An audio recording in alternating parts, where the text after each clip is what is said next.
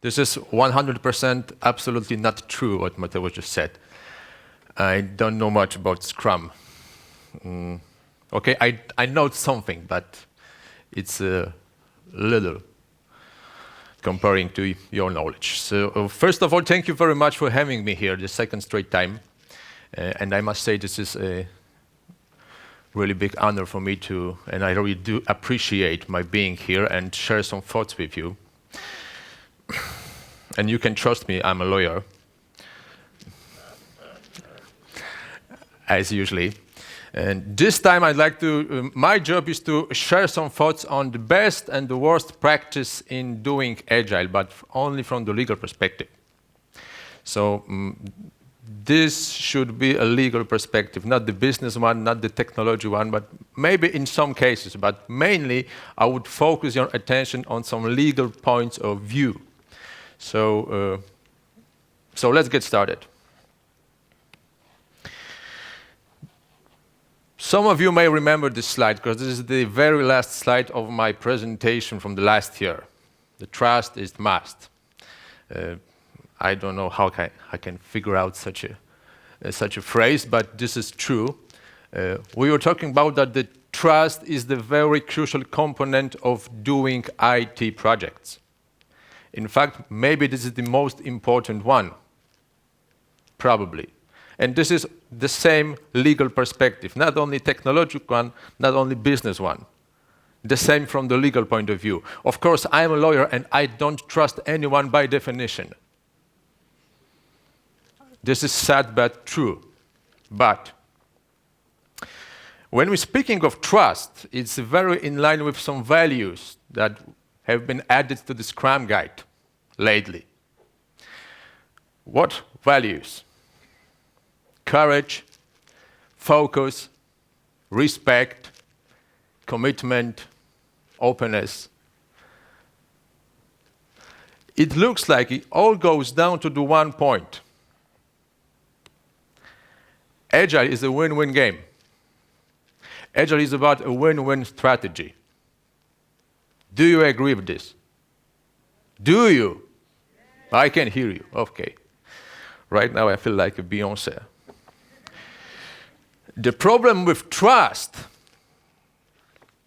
is that in so many occasions when I was speaking to my clients, they say, win-win strategy is a perfect solution.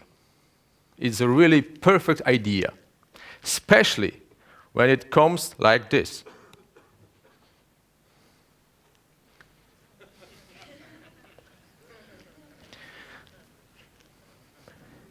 This is the perception of the Polish ICT market. Really, right now. Of course, it's changing. It's a little, but win-win is when I beat you twice, you bastard. Yes, sad but true, but remember, I'm talking about the legal perspective, so I'm a little bit twisted. So, how to build a trust? How to build the very crucial component of doing Agile, of doing business in IT projects. How to build a trust between the one side of the table and the another one. In fact, from the legal point of view, it's quite simple. It's really quite simple. You must put into your contract a very safe mechanisms that let you try your opponent. I'm talking about workshops, trial period, sprint zero. I know there is no such a thing as a sprint zero, but you can call it whatever you like. Just try your opponent, or maybe try your partner, because this is not your opponent. We are in the Agile world. We trust each other. And what I'm trying to say is that the contract is not the ultimate solution. You cannot fix everything in the contract. So try your partner. Because it may occur that the company structure, the policy of the company, won't meet. And there is no contract that can fix it. So better just jump out of this contract, jump out of this project through the very smoothly and gently written down in your contract exit plan. So my message to you is try your partner every time you do the IT projects. And force your lawyer to put in your contract mechanism that could cover that. From strictly legal point of view, it's very simple. Believe me. Just try it. And this is for sure the best practice. And it's more and more often seen in the Polish market, especially if you are a software house and you're about to do a quite large IT project and you don't know who is from the other side of the table. Just try it.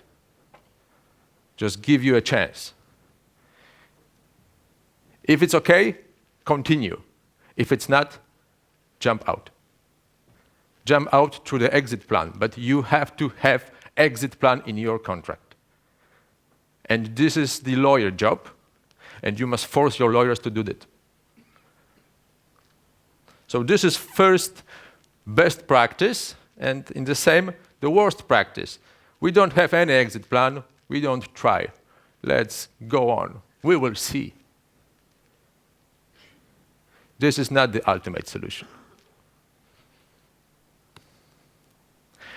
When we talk about the Scrum team, product owner, from my perspective, the most important guy, I mean man or woman, whatever, in the project. So, do not forget to give him a legal authorization to act. The worst scenario can happen is that your product owner don't have a legal power to make a decision. This is absolutely crap. Because with every decision, he needs to go to the top management guys for the approval. But the top management guys don't know how to make decisions because they don't know that the project is running. The only guy that knows that changes are needed, that modifications are needed, is the product owner. So he knows, so he can make a decision. So give him a legal authorization, a power of attorney. Call it whatever you like. But this guy must be empowered by the legal authorization, right in your contract. There is no way around. When we talk about the Scrum Master, in the Polish ICT market, the Scrum Master much too often are not covered by the contract. He doesn't exist at all. I don't know why. Because judging by my experience, Scrum Master is a very crucial role, especially when you just started the Agile transformation. Even Michael Jordan needed a coach. Even this guy needed a coach. So the Scrum Master is probably the needed puzzle. So cover it by your agreement. This is a requirement. This is must be. This is must have for your contract. The Scrum Master must be at the project. Because we are just starting, we are learning. And in Polish ICT, it's more or less not the same. Scrum Master much too often does not exist at all. When we talk about the development team and the cross-functional team, cross-functional in the Polish ICT market is absolutely myth. There is no such a thing as a cross-functional. We don't have a cross-functional teams. We have teams, but it's not cross-functional. And this is the worst practice. From my perspective, I would put in the contract a very simple state that the development team must be cross-functional. And you must prove it. Because every time when you hire the guy outside of the development team, the effectiveness of your team will collapse. Every time. So finally, whole project may collapse because you still and constantly hire the guy outside of the team, some co-workers. Call it whatever you like. Just guarantee that this team is cross-functional. Give me the paper for this. This is my must-have requirement. Not seen very often in Poland, unfortunately. I'm doing my best to put it in the contract, but sometimes it's just impossible.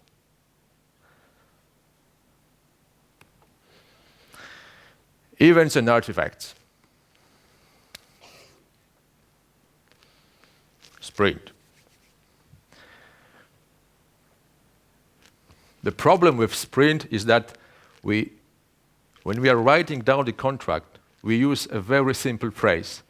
Everything will be according to Scrum Guide. We do it by Scrum Guide. We just blindly refer to Scrum Guide. What is the problem with Scrum Guide? Scrum Guide doesn't have answer for every question. So there is a problem on the project. What should we do now? Okay, give me a Scrum Guide. And there's no answer. And there is a problem. And the dynamic of the project falls down. So please, write before you start. Put into your contract everything you know. Who should attend the sprint? Events. How long should it last? Where we should meet? What is the goal of the specific event? Put it in your contract. It's a 1 Monday of lawyer job. So this is not very expensive job, I guess. Okay, it depends on hourly states, okay, but it's not very expensive deal. Just do it, because when we run into the project and we forget to put it in the contract, it may be a little bit too late. And this, for sure, will speed up your process. Everything will be on the table. Everything will be in the contract, in the agreement, whatever, in the paper. Don't blindly refer to Scrum Guide, with all due respect to Scrum Guide, of course.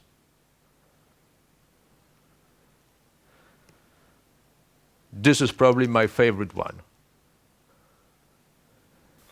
This is the Polish ICT market. And I love it, especially during the negotiation. Here's a story. You will give me all your features, I will ruin your life. Yeah, this is a very standard position in the Polish ICT market. So, how to fix it? Keep calm and put it in the backlog. Don't forget about the product vision. Product vision is the HLD, very high-level description of what is the goal of the project. This is not a scope. Product vision is not a scope. Please remember this. But have it. Have it in appendix to your contract, because product vision is a perfect filter that lets you filtering your requirements for the product. It really speeds up a process. And this is, of course, job for business and techie guys, not for the lawyers. My job is only to put the appendix product vision right into the contract. But have it. Have it. It really works.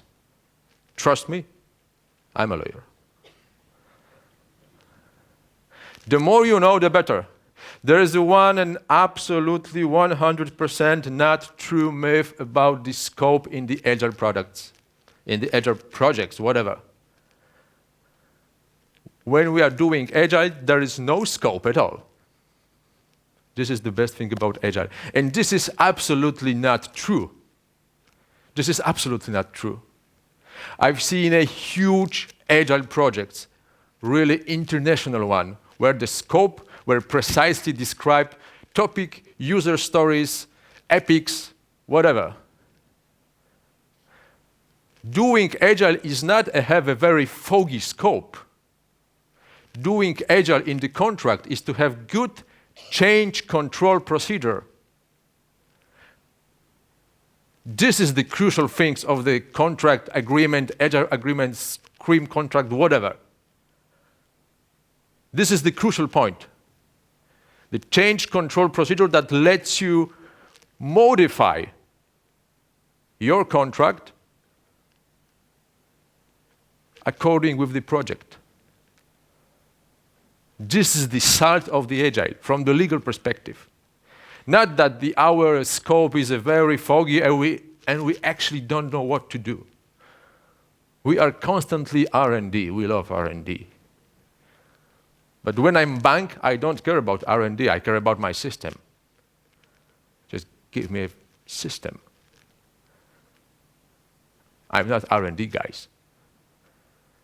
So this is probably, from my point of view, the most important message to you during this presentation.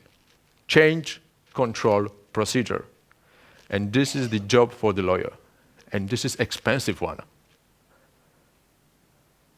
But it pays off. Really, it pays off.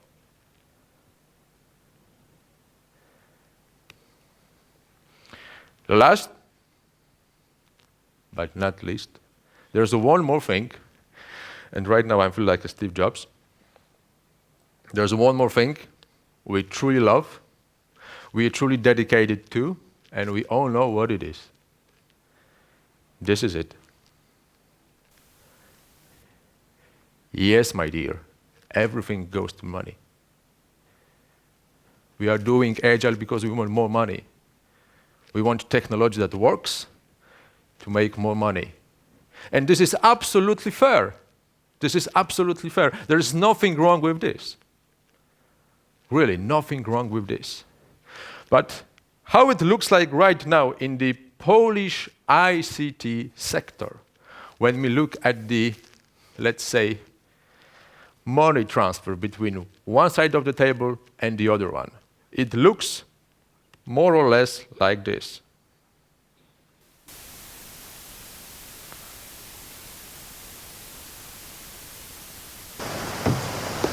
Plata o plomo. Ustedes eligen. Yes. Roughly speaking, deliver, bastard, or I will unleash my lawyers. This is my perspective for cooperation with this project. And this is the worst nightmare of the ICT sector. There is no cooperation at all. I'm just waiting with the money with my hand and with the loaded pistol in the other. If everything's okay, I will pay. If not, I will shoot you. This is my cooperation. This is my perspective of cooperation. And in my wildest dream, I would never thought that cost target contract mechanism. It's something, I guess it's 10 minutes. Okay, 10 minutes is quite okay. The cost target contract is a mechanism that the Polish ICT sector has fallen in love with. Really. Really works, really pays off. Sharing risk, sharing success. No matter whether you are a software house or you are a bank or you are company from electricity sector or company from energy sector, whatever. Cost target contract. Give me a cost target contract. Why? Because bonus, it motivates you more than penalties. Every time. Penalties are not the ultimate motivators. But premium model, bonus model, yes, indeed. And the cost charging contract based on the premium bonus model. And this is what really works in Poland, yes, in this country. I would not expect it, but it is.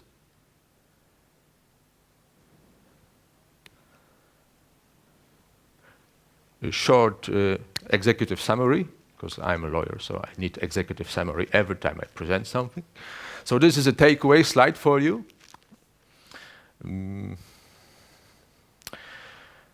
Summing up. Right now, the Polish ICT sector is doing something I called water scrum fall. We think that the Agile is the new religion, but we don't know it yet. We know the waterfall 100%. We are starting to don't like it, but we know it. So we are trying to mix it, the Agile world with the waterfall one. So this is a kind of hybrid world. But I think it's getting better and better. And what I wish that in your companies, firms, whatever, day by day, you will have more the red boxes. Not the only one, but the many of them. I hope you have a good time. Hope you enjoyed my presentation. If you like to be a friend of mine, let's say friend from the LinkedIn perspective, you are more than welcome. You can catch me. First 50 minutes, it's absolutely free of charge. Then we can negotiate. And please contact for more. Thank you very much. If you could elaborate a bit more about these bonus-based contracts, because I'm not sure if I quite got it. We can make it during the short break, because Okay. I need a flip chart. It's much more easy to. Okay. Would it take a couple of minutes? Or Right now? No, I'm not thinking it's a quite good idea. Not a good idea. But I'd love to show you during the break. Really. Okay, maybe we can come up with another question that you will be willing to answer. Okay, I understand the. Okay, No, for sure I do. For sure I do, but during the break. And of course it's free of charge. Okay, so I guess this is the question. Yeah. For sure I won't answer. Could you explain this term cost target something? I guess this is the same question you asked. Thanks. So my answer is exactly the same.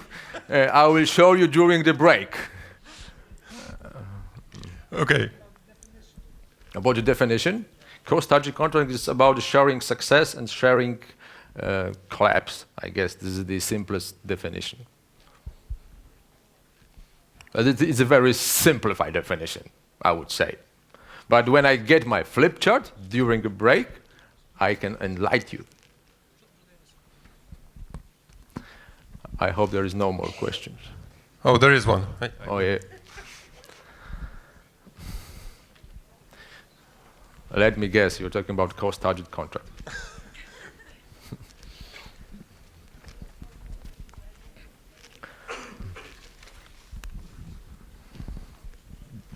Okay, so during most part I don't see you. I don't see you. I'm here.